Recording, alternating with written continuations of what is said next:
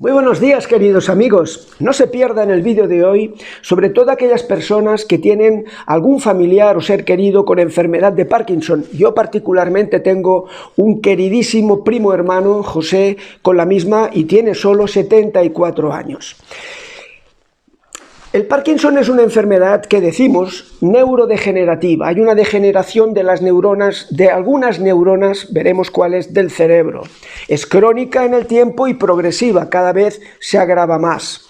Afortunadamente no es mortal.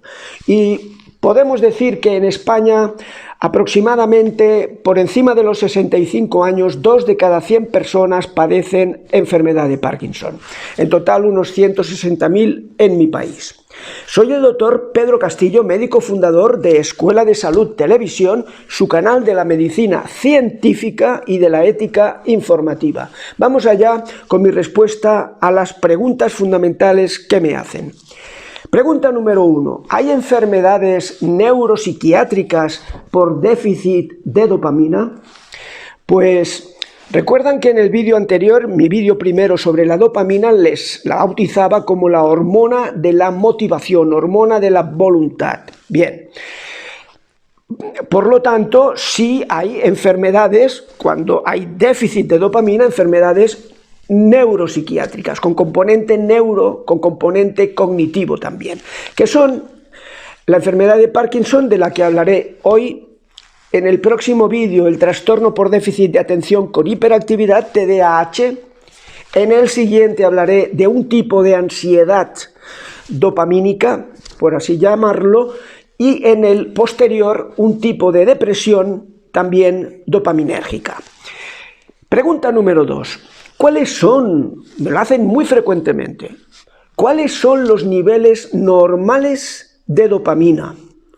Y, en consecuencia, si sabemos los niveles, podemos, si los medimos, saber y diagnosticar de esa manera una enfermedad como el Parkinson.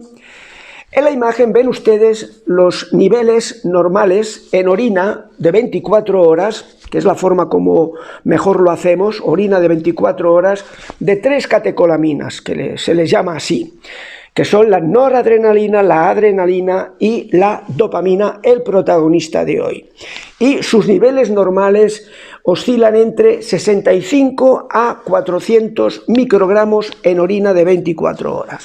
Ahora bien, los niveles de dopamina en orina o en sangre solamente los utilizamos para aquellas enfermedades genéticas o hereditarias, y no es el caso del Parkinson, en que la dopamina está disminuida. Son enfermedades en que, por ejemplo, los precursores, los aminoácidos fenilalanina, tirosina, etcétera, están genéticamente, no se producen, por ejemplo, y en consecuencia hay niveles bajos de dopa y de dopamina. Esto da lugar, lo que les he dicho de que no lo utilizamos en la enfermedad de Parkinson, a la tercera pregunta. Me dice, pero es que yo no lo comprendo, ¿por qué en el Parkinson no sería útil medir los niveles de dopamina? Partimos de la premisa de que la dopamina en el cerebro del enfermo de Parkinson no afecta a todo el cerebro. Es decir, el déficit de dopamina se produce solamente en la zona que ven en la imagen, que es lo que denominamos los médicos en anatomía los ganglios basales, en la zona centro-base de nuestro cerebro, los ganglios basales. Los ganglios basales que ven ustedes en esta resonancia magnética, comparando una persona normal con un enfermo de Alzheimer, y verifican efectivamente que hay una disminución del tamaño de esa porción de los ganglios basales, sobre todo que es la sustancia negra, Entonces, si quisiéramos diagnosticar y hacer el seguimiento de la enfermedad midiendo ese déficit de dopamina en la sustancia negra del cerebro, la única forma sería o bien mediante una inyección, por ejemplo, hacia la sustancia negra, aspirar alguna célula y hacer una medición, o sobre todo en el líquido cefalorraquídeo, que es el líquido que está en la médula espinal y que por lo tanto requiere hacer una punción lumbar. Y eso no es factible, no es práctico. Pasemos a la pregunta número 4, los síntomas. ¿Cuáles son los síntomas motores, o sea, relacionados con el movimiento, que permiten diagnosticar sin error, por lo tanto no necesitamos recurrir a los niveles de dopamina, diagnosticar sin error la enfermedad de Parkinson? Pues partiendo, a su vez, de lo que acabo de decir, de que la podemos diagnosticar con un 100% de fiabilidad, solamente con la sintomatología que tiene el enfermo. Es muy característica. Esta enfermedad se caracteriza fundamentalmente por temblor. Este temblor a nivel modifica la escritura, modifica también el lenguaje oral. Además del temblor hay movimientos lentos. También es muy típica la rigidez. Es un enfermo que está rígido. Y, por ejemplo, consecuencia de esta rigidez, la facies, el rostro, es poco expresivo. Les he puesto una fotografía de mi admirado Muhammad Ali Cassius Clay, el grande de los grandes, el más grande de los grandes boxeadores de la historia, en pesos pesados. Pasemos a la pregunta número 5. ¿Hay otros síntomas no motores, no relacionados con el movimiento y que sean muy frecuentes en el Parkinson? Pues efectivamente, y quiero destacar dos que precisamente mi primo José los padece y en grado muy severo, que son el insomnio, un gran problema, y también la depresión. Esta no tanto porque está muy bien controlada, él toma sertralina. Y para el insomnio sí, porque ha habido utilización de hipnóticos muy adictivos y entonces ha entrado en la dinámica del problema de prescindir de este tipo de pastillas altamente creadoras de dependencia. Pasemos a la pregunta número 6. ¿Cuál es el tratamiento de primera elección de los síntomas motores de la enfermedad de Parkinson? Sin duda es la levodopa.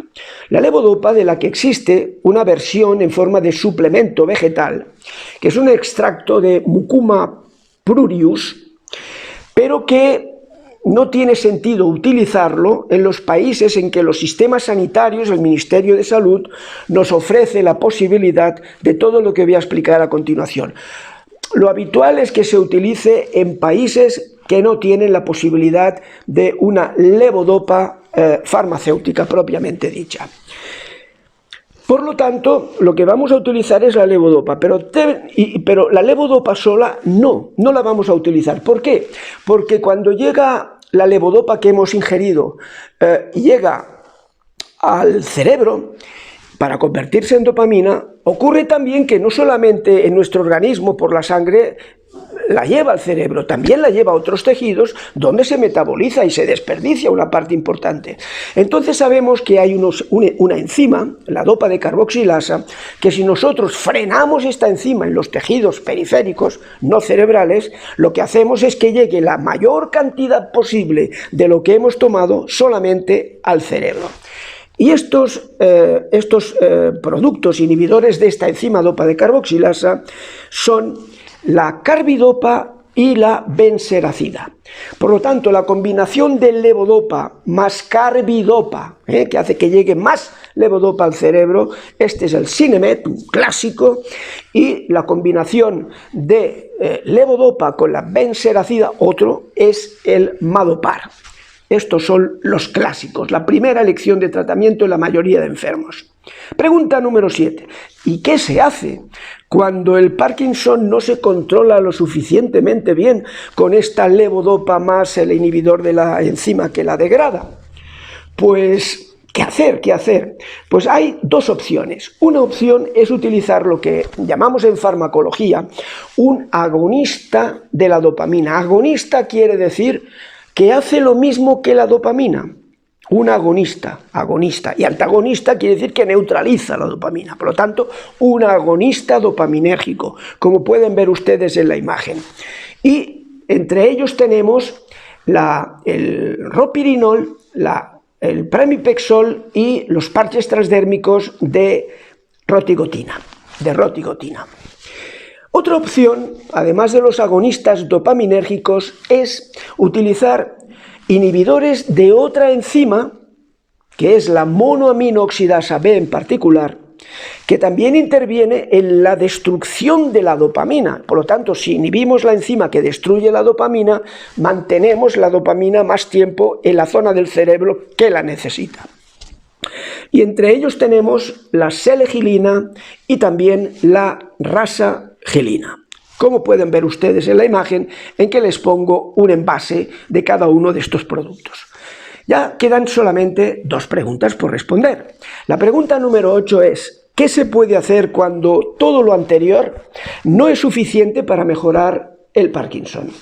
Pues se pueden hacer bastantes cosas. Ven ustedes aquí una noticia que apareció en 2019 en un periódico colombiano que decía que en Colombia se tratará el Parkinson con un nuevo tratamiento revolucionario. El primer país latinoamericano en hacerlo. Miren, este tipo de titulares, revolucionario, no hagan caso porque son bastante sensacionalistas. Se refiere a un producto que no es una revolución, pero sí es un avance. Y los avances en ciencia se hacen poco a poco y bien estudiados. Entonces, este avance consiste en la safinamida, el nombre comercial es Xadago, safinamida, y lo que aporta de nuevo es que, además de inhibir la monoaminoxidasa que hemos dicho antes, actúa sobre los canales de sodio y ya aparece aquí un nuevo neurotransmisor que es muy importante también en el Parkinson y que es el glutatión. Por lo tanto, no es revolucionario en cuanto que cura a los enfermos, pero sí es un paso interesante. Otra opción también posible para estos enfermos es la administración de apomorfina, apomorfina subcutánea, ya sea en bolo, ven en la imagen un envase, o en perfusión subcutánea continua. Por lo tanto, también la apomorfina subcutánea. Y una tercera opción en estos casos también es la infusión intraintestinal de levodopa con carbidopa. Es decir, es un dispositivo que permite una absorción lenta a través de una administración de un producto que contiene la combinación en el intestino. Por último, no olvidemos, una opción final sería la cirugía. La cirugía que consiste en aplicar unos electrodos en la zona de la sustancia negra, deficitaria en dopamina, y se estimulan estos electrodos pues, con una pila, etc. Esto se llama la estimulación eléctrica cerebral profunda. Y por último, la pregunta número 9. ¿Y qué es lo que nunca hay que olvidar para hacer un verdadero tratamiento integral, global, lo más completo posible de estos enfermos? Pues miren, son 5. Por un lado, el ejercicio periódico, fundamental que se ejerciten por los problemas de movimiento que tienen. La fisioterapia cuando sea necesaria. En tercer lugar, también lo que llamamos la terapia del lenguaje. Se modifica el habla por el temblor, como les he dicho. La psicoterapia, el apoyo psicológico, la terapia conductual, el apoyo psicológico es fundamental. Y por último también los medicamentos como antidepresivos que ya he comentado antes y inductores del sueño, pero estos siempre, como digo, utilizados de forma muy breve en el tiempo, nunca de forma continuada durante meses o años, para evitar lo que he dicho de mi propio primo, que le produjeron adicción, dependencia de la cual ya prácticamente la ha superado. Bien amigos, eso ha sido todo por hoy. Creo que el vídeo ha sido de gran interés para ustedes y por lo tanto, si es así, no olviden darle me gusta y compartirlo. Suscríbanse a este canal Médico del Conocimiento Científico y no olviden darle a la campanita para que YouTube les avise de la publicación cada semana de un nuevo vídeo. Muchas gracias y que tengan una magnífica semana.